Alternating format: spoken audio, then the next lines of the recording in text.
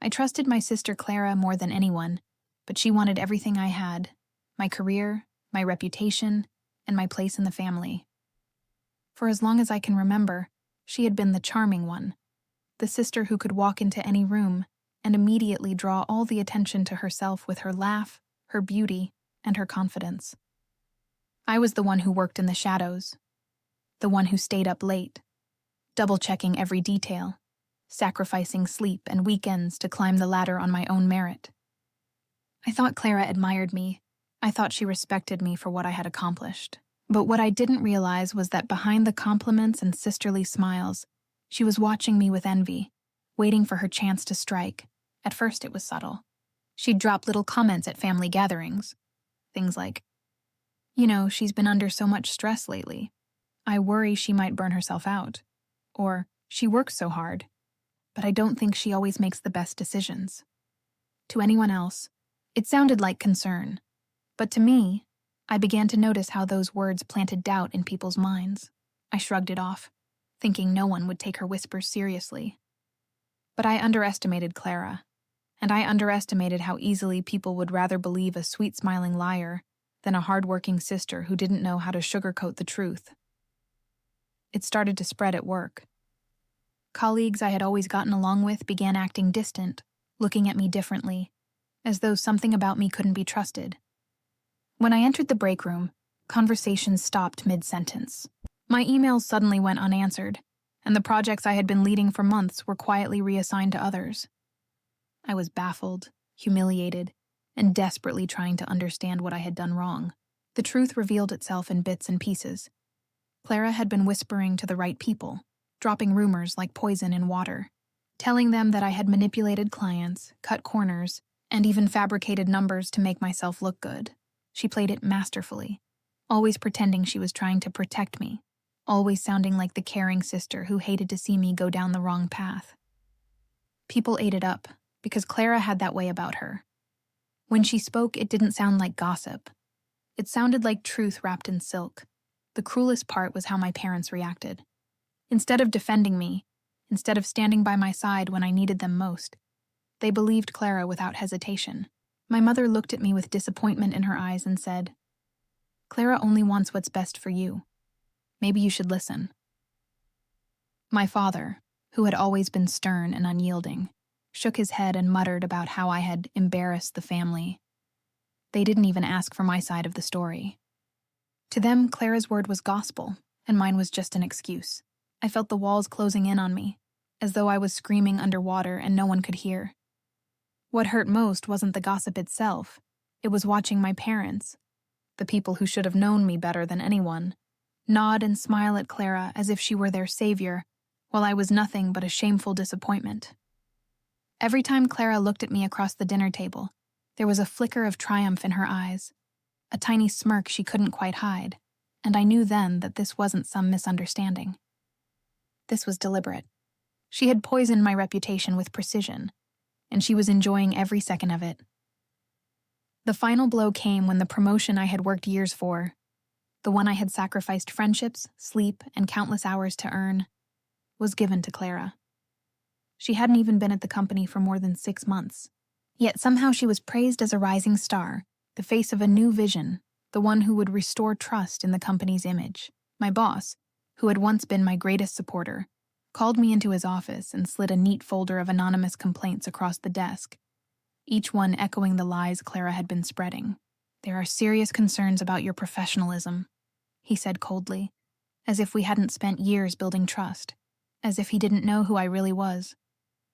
My throat tightened, my chest ached, and I could barely speak as he told me the promotion was being reassigned. I walked out of that office feeling like my entire world had been ripped apart, every step heavier than the last. In that moment, I realized Clara had taken everything from me, my career, my reputation, and even my family's respect. But what she didn't realize was that while she had destroyed me on the surface, inside, something far darker and stronger was taking root. Her betrayal had lit a fire in me, and though I had fallen, I would rise again. And when I did, she would regret ever thinking she could take my place. Broken, but not defeated, I refused to let Clara's lies become the permanent truth that defined me. And while the world turned its back on me, I turned inward, sharpening myself in silence, letting my anger harden into strategy. I began to realize that if Clara was clever enough to orchestrate this betrayal, then I needed to be smarter, sharper, and far more patient than I had ever been before. I stopped fighting the rumors with desperate words, because I finally understood that words meant nothing against charm and manipulation. Instead, I started to observe, to listen, to trace the lines of deceit she had woven so carefully. Every story leaves fingerprints, and Clara's arrogance made her sloppy. She had repeated the same lies too many times, with the same phrasing, and I noticed those phrases echoing through colleagues who had never spoken that way before. "She makes reckless choices," they whispered, a phrase I had only ever heard slip from Clara's mouth at family dinners. And when I heard it repeated like a script in my boss's reprimand, I knew for certain where it had come from. That was the moment I stopped feeling powerless. I began keeping records of everything: emails, calendar invites, text messages that seemed too conveniently timed. If Clara had poisoned my reputation with whispers, I would expose her with evidence so undeniable that even her silver tongue couldn't talk her way out of it. I devised small tests at first, traps disguised as everyday tasks. I created a fake client profile, complete with fabricated details and an intentionally flawed address, and left it tucked inside one of my private project folders, then casually mentioned this supposed VIP client in earshot of a colleague I knew carried gossip like wildfire. Within days, the non-existent client had made its way into Clara's reports, presented with such confidence that no one questioned it. She had claimed the ghost as her own victory, bragging about securing a meeting that could never exist. My plan was working. She couldn't resist showing off. At the same time, I requested IT access logs under the guise of cleaning up permissions, and soon, I had proof that my private files had been accessed using Clara's credentials, even during times she had publicly claimed to be elsewhere. I gathered every shred of this evidence into a private archive, labeling it meticulously, building a case layer by layer. It was tedious and exhausting, but each piece I uncovered filled me with a grim kind of satisfaction. She thought she had buried me, but really, she had handed me the shovel I would use to dig her grave. Still, proof alone wasn't enough. I needed a confession, something personal, something no one could twist into an excuse. So I played on her greatest weakness, her arrogance. I invited her out for drinks one night, pretending I wanted to make peace. I told her I was tired of fighting, that maybe she was right. Maybe I hadn't handled things the way I should have, and I watched her eyes light up with the hunger to gloat. With every sip of wine, her guard dropped further, and soon she was laughing, recounting how easily she had fixed the company's image by filing complaints in my name, how she had saved our family from embarrassment by stepping in to replace me. "You always work too hard," she said smugly, "but you don't know how to play the game. I had to do it, really. I was protecting everyone." I smiled and nodded, acting as though I agreed, while the small recorder hidden in my pocket captured every poisonous word. In that moment, I felt a surge of triumph unlike anything I had ever felt before. She thought she was winning again, that she had broken me into submission. But really, she was tightening the noose around her own neck. By the time I walked away from that night, I no longer felt like the victim. I felt like the hunter. And Clara had no idea that the very lies she had used to destroy me would become the weapon I used to bring her down. Every rumor she planted, every file she stole, every word she bragged would be used against her. The evidence was in my hands now, undeniable and damning, and I knew that when the time came to reveal it, the fall would be catastrophic. She had taken my reputation, my career, and even my family's trust. But what she didn't realize was that I had rebuilt something stronger in the shadows. A case so solid, a truth so clear, that once it was unleashed, there would be no saving her. Clara had poisoned my reputation, but in doing so she had exposed her own. And soon, very soon, everyone would see her for what she truly was. The night I chose to strike was not random. It was deliberate, calculated, and crafted with the same precision Clara had once used to unravel my life. Only this time the weapon was not whispered lies but undeniable truth, and the stage was set at our parents' home, where the entire family had gathered for what was supposed to be a celebratory dinner in Clara's honor. a dinner my parents had insisted on hosting to recognize her remarkable achievements at the company. I arrived early, my evidence secured in a sleek black folder and a tiny drive in my pocket, my expression calm but my blood burning with anticipation. Clara walked in later, dressed to impress as always, her smile gleaming, her laughter filling the room as if nothing could touch her. She kissed my mother on the cheek, hugged my father proudly, and when her eyes met mine across the table, she smirked, a small, arrogant twist of her lips that said she still believed I was broken, beaten, and irrelevant. She had no idea that her reign was about to collapse in front of every pair of eyes that had once adored her. As dinner began, conversation flowed easily, my cousins praising Clara's charm, my uncles joking about how she had outshined me, my parents sitting taller with every compliment their golden daughter received, while I remained silent, my smile polite, my heart steady, waiting for the right moment. When the main course was nearly finished and the wine had loosened tongues, I rose from my seat, lifted my glass, and said to Clara for everything she has achieved, and for everything she has taught us about the power of truth. There was applause, laughter, nods of approval, and Clara basked in it, raising her glass with a flourish. But as the room quieted, I pulled the small remote from my pocket and pressed it, and the television on the wall behind me flickered to life, casting light across every stunned face. At first, I displayed the harmless images, pictures of Clara and me as children, smiling, innocent, a reminder of what we once had before ambition and envy poisoned her heart. Then the screen shifted, and the first piece of evidence appeared, a screenshot of my private work file, the version history clearly showing my name replaced with Clara's credentials, the access logs stamped with dates and times that contradicted her claims of innocence.